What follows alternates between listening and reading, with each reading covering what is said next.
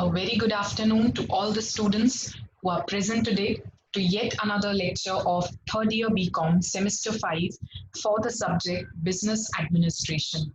I warmly welcome one and all. Now you are already aware that in the previous lecture we have discussed about the third chapter of unit 1 that talks on the topic capitalization. We have discussed the meaning of capital. In the previous lecture, I also gave you a revision for the same.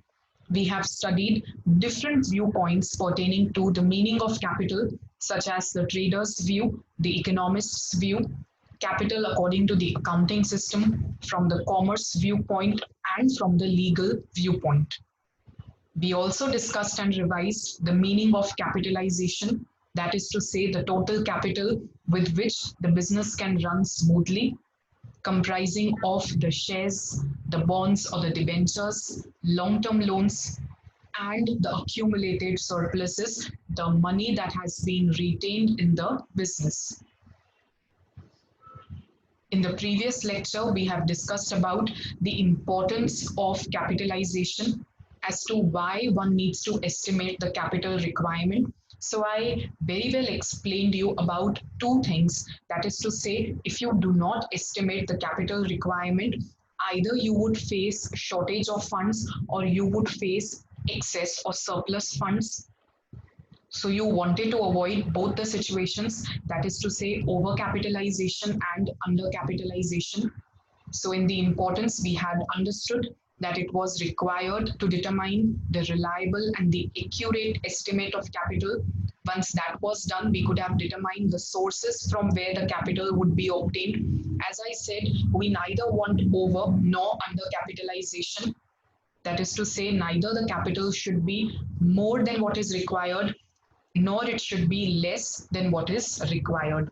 We are going to study the same topics today much in detail.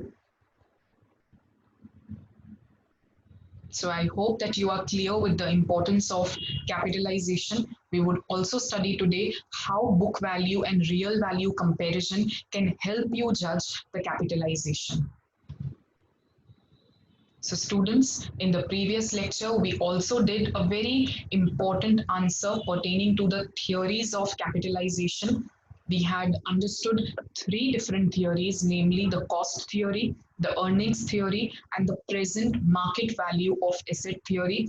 I know that the answer was a bit intricate, and so in case you have any doubts, pay more attention. I would be giving you a quick revision for all the three theories so that if you have any doubts or queries pertaining to them, as per the previous lecture, you would again get a revision and understanding of the same. So let us begin. The first theory of capitalization that I had discussed with you was the cost theory. Now, I had very well told you that the cost theory of capitalization is only applicable to a newly established company. Whenever there is a newly introduced business enterprise, capitalization can be judged based on the cost theory. And when I say cost, capitalization under this theory is determined on the basis of cost itself. But cost of what what things?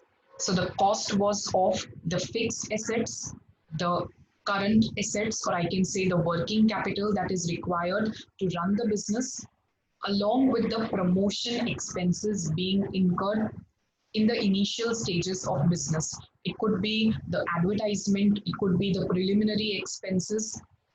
So these things, when totaled up, gives you the value of capitalization under the cost theory. But then the question had come that why this theory cannot be applied to an existing firm or to a business which is already running and which is already established. So the reason was very simple, that because the cost theory is considering the cost of assets, these assets over a period of time get depreciated. The book value when you purchase the asset is quite higher than its actual market price due to working conditions, due to the changed technology, due to depreciation. These assets tend to get obsolete and old. due to which the current market price is much lower than its actual price of purchase. So, if the existing firms would also apply this theory, then definitely their earnings would appear quite lower than actually it is, because you are comparing it with the value of assets employed initially. That is not correct. So, it can be applied only to the newly established business. So I hope that you are clear. You can have a quick look at all the key points of the cost theory. So useful only for a newly established company. As I said, we are considering the cost of fixed assets, the working capital that is used to run the business, and the promotion expenses. So you can decide based on the total capitalization as to how the money would be raised. As I said, not an adequate basis for the existing company because the assets tend to get obsolete or poorly employed. The second theory that we had discussed was about the earnings theory. Now, when I say earnings theory, here the capitalization was judged based on the earning capacity of the firm. We were considering the capitalized value of the estimated earnings of the business enterprise, based on which we can judge the amount of capitalization or the value of the business. Because the main objective of any business is maximization of profit. So even the value can be dependent on what it shall be earning. Of course, if you remember, the earnings were compared with the rate of return or the rate of earnings that could be received in any other similar business. So we were considering two things, that was to say the average annual earnings of the company and the rate of return that one can expect on investment. So it was the capitalized value of its estimated earnings. The value of business is estimated on the basis of the flow of its expected earnings. As I said, the earnings should be compared with the rate of earnings of the other similar companies in the same business.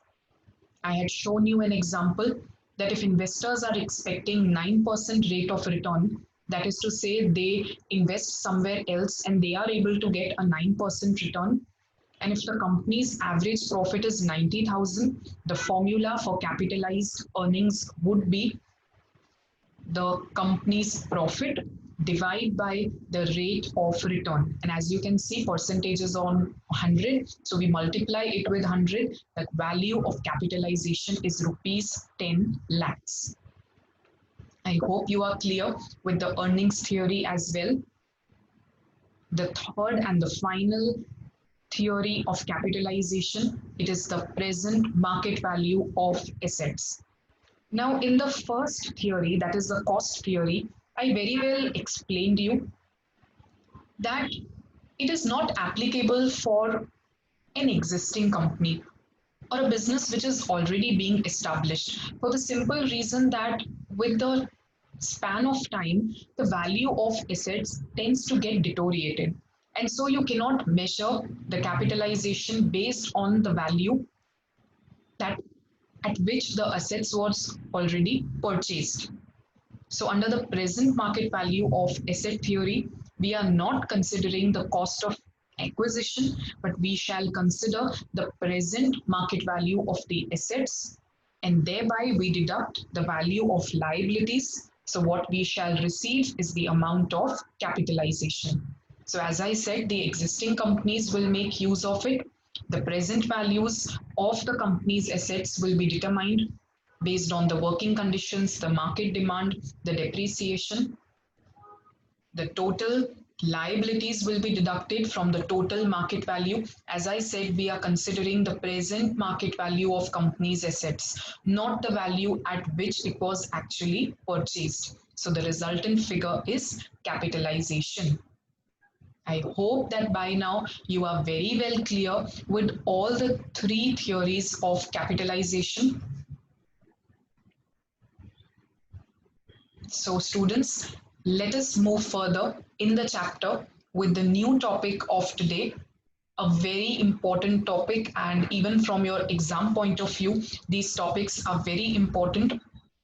it talks on over and under capitalization. In this particular chapter, you have two topics broadly. You have to understand the meaning of overcapitalization and undercapitalization. Along with the same, you shall be understanding different causes, different effects, and the remedies one can take to avoid the overcapitalization as well as the undercapitalization. But today, I am only going to concentrate on the explanation of the meaning of both the terms. So pay your keen attention in the lecture and try to understand the meaning. Also try to differentiate between the two. I can say that both the terms are opposites of each other. So understand the meaning very well in the lecture. Let us begin with the first topic for today that talks on overcapitalization. Now let me explain you one basic thing before I begin with the meaning of overcapitalization, that both overcapitalization and undercapitalization are not required and are not welcomed in any business whatsoever. Both have their adverse consequences. So, what is required is actually optimum or proper capitalization. That is to say, the capital is enough, it is adequate to meet with the requirements of the business, and then you call it an optimum capitalization, or then you call the business to be properly capitalized. On the other hand, if I give you a very simple meaning of overcapitalization, it is a situation where the business is having surplus of funds, when there is excessive investment being made, but on the other hand the requirement is not that much. So I can say that when the capital invested is more than the actual requirement in the business unit, it is nothing but over capitalization.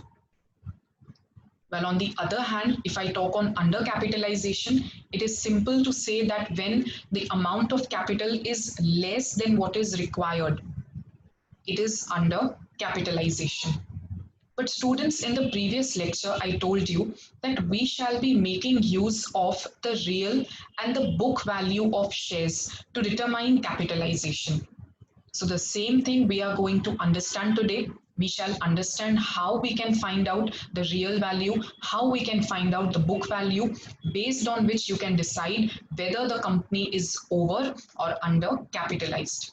Before that, let us understand the meaning first. So the total amount of capital should be enough to meet its present and future needs. As I said, when the business is having sufficient funds with which it can meet with its needs, it is properly capitalized. It is neither over nor undercapitalized.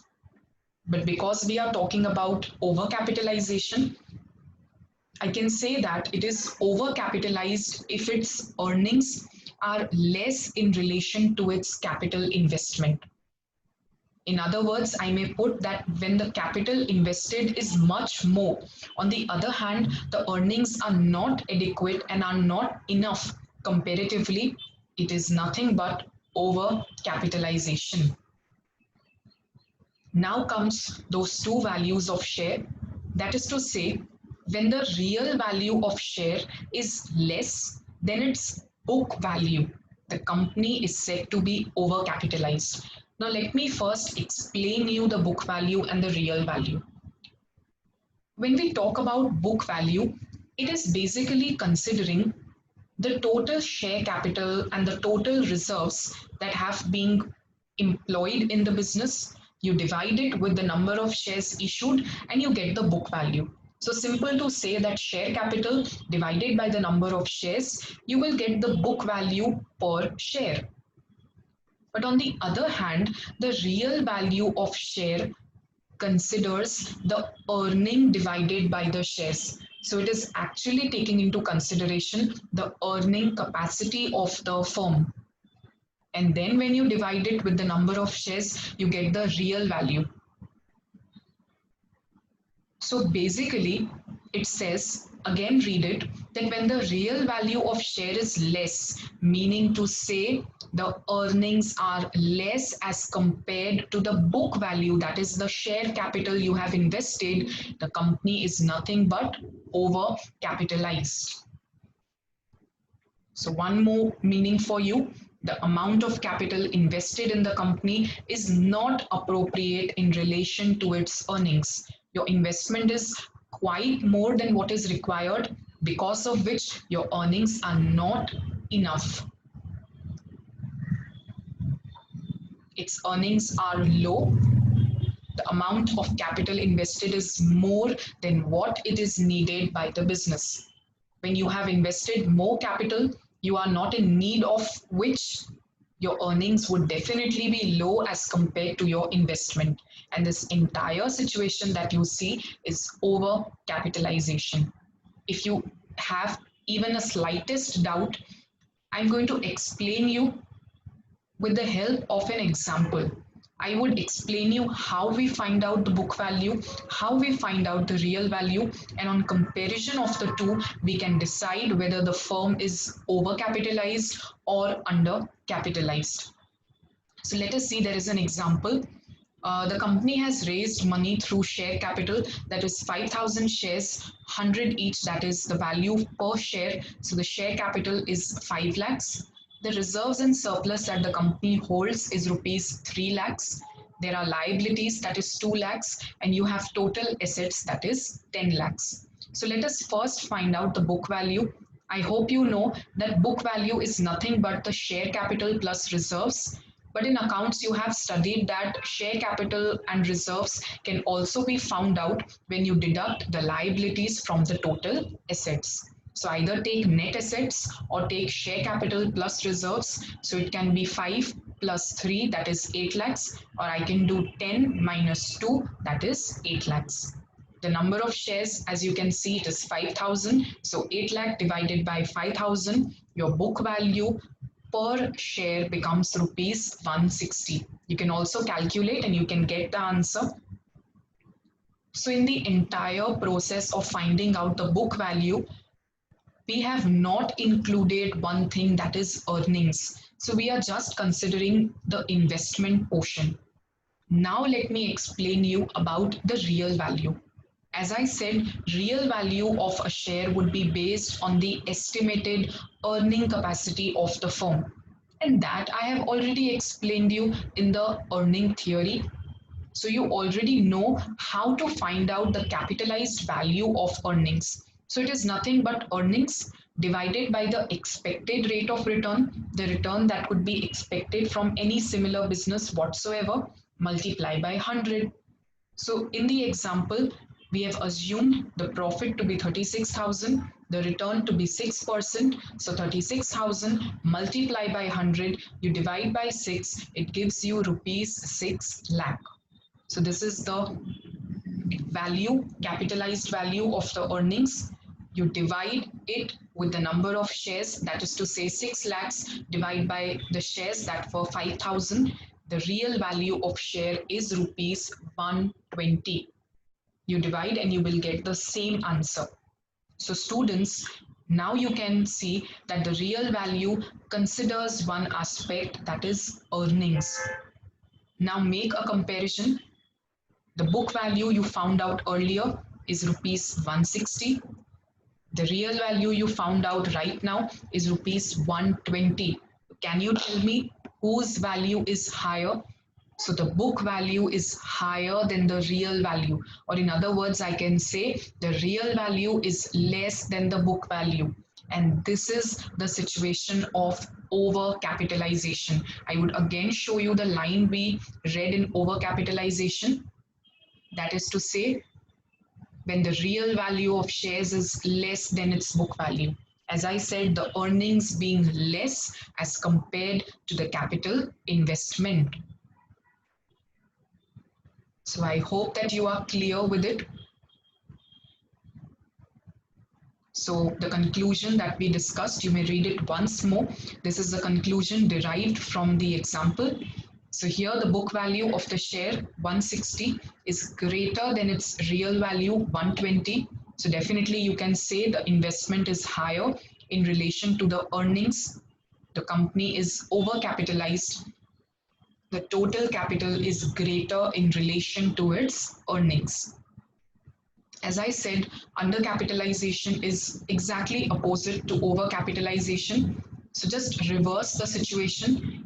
If you get the real value to be greater than the book value, for example, if real value would be 160 and the book value would be 120, it would have been undercapitalization, where your capital invested is lower, but your earnings are higher relatively. And if both, that is book value, is equal to its real value, you can say that capitalization is at its proper level. That I have discussed earlier also, that we neither want overcapitalization nor do we want undercapitalization. We want something that is at a proper level, at an optimized level. And that can only take place when you have both the values to be equal to each other. And here comes your final conclusion, that thus capitalization is to be considered in the context of real value as compared to the book value of a share. Of course, in simple terms, you can say that when capital is more than what is required, it is over, and when it is less than what is required, it is undercapitalization. But a correct interpretation can only take place when you compare the real value with the book value of a share. So students, what you shall remember as a definition for overcapitalization when it is asked as a short question also, there is a good definition in the book also that is given by Justin Berg. He has given definition for both over as well as undercapitalization. So after having discussed so much on overcapitalization, you can easily understand the definition. That is to say, a corporation is said to be overcapitalized when the corporation's earnings are not large enough to yield a fair return on the amount of stocks and bonds. That is to say, the capital investment is quite more, and comparatively, the earnings are not large enough. When the amount of securities outstanding exceeds the current value of assets. In other words, we can say that amount of capital is much more than the requirement of business. This is, I can say, the simplest line which gives you the entire meaning, that when you have more capital than what you require, when your earnings are not proportionately higher than your capital investment, it is nothing but a situation of over capitalization. I hope that you are clear with the first term we have done today. I'm not going to go to the causes, effects, or remedies today. I'm just going to explain you simply both the terms, that is over and under capitalization. But I can give you an assurance that if you have understood overcapitalization, it is very simple to understand undercapitalization, because, as I said, it is completely the opposite of the previous term. So let me first explain you undercapitalization, and then I would give you some time to revise what you have understood. So let us talk about the second and the last topic for the day. What do you mean by undercapitalization? Now, students, you have heard much on overcapitalization already in the lecture.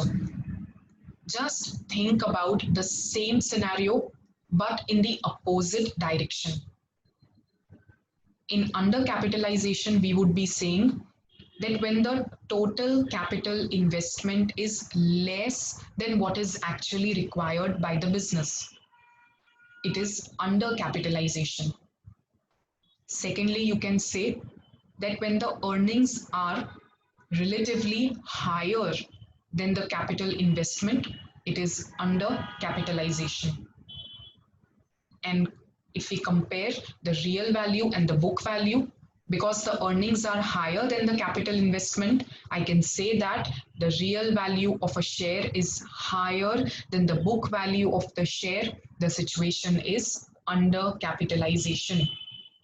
So I think you might have got an idea that the same situations I have spoken, but contradictory to overcapitalization.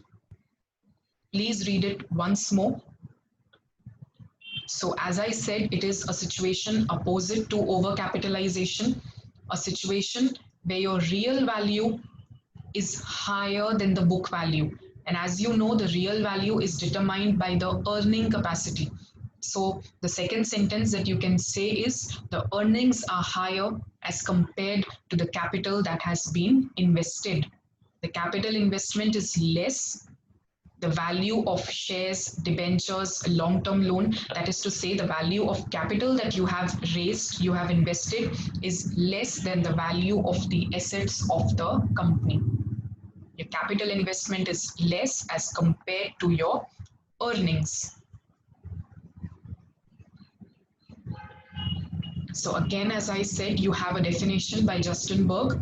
So, a corporation may be undercapitalized when the rate of profits it is making on the total capital is exceptionally high in relation to the return enjoyed by similarly situated companies in the same industry.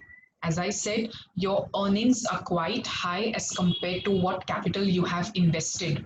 Or, in other words, it has too little capital with which it has to conduct its business. Real value is higher than the book value. So we have very well understood the same. And an undercapitalized company, you can say that it is either too successful in its business because with very little capital, it is able to make higher earnings, or it is suffering from the shortage of capital. That is to say, less capital than what is actually required. So this was all students for overcapitalization and undercapitalization. A quick review. So when your capital investment is higher than your earnings, it was overcapitalization. But when your capital investment is less than what is required, it is undercapitalization. Secondly, when your earnings are less than what your capital investment is, it was overcapitalization. But when you are able to earn more comparatively to your capital investment, it was undercapitalization. And considering the real and the book value was determined based on the share capital divided by the number of shares. So it was showing you the capital portion. But on the other hand, the real value was considering the earnings. So when I say the real value is less than the book value, the earnings are less than the capital invested, it was overcapitalization. But when the real value is higher than the book value, the earnings are higher than the capital invested, it is your undercapitalization. Please go through the points once more. I give you some time, have a look at the slide.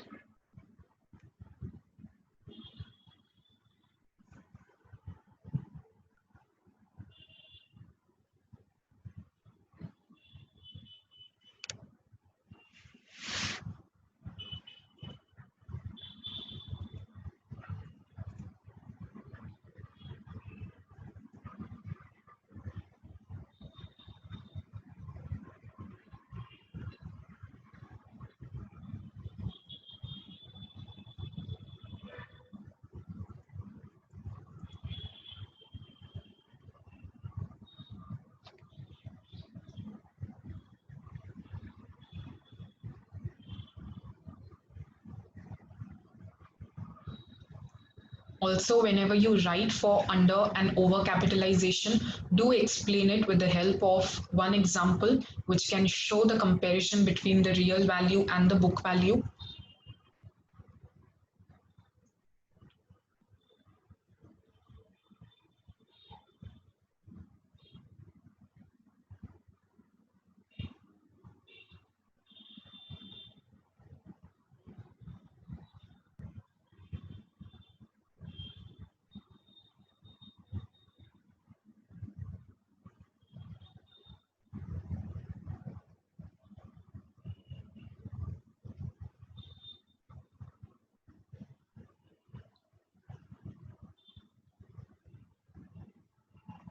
So students, I hope by now you are clear with both the terms that we have discussed today.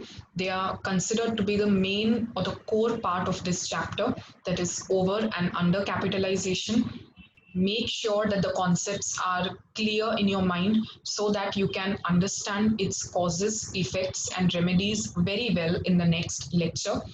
Still, if you have any doubts, any queries, you can put them in the Google Classroom and I shall be answering to them at the earliest.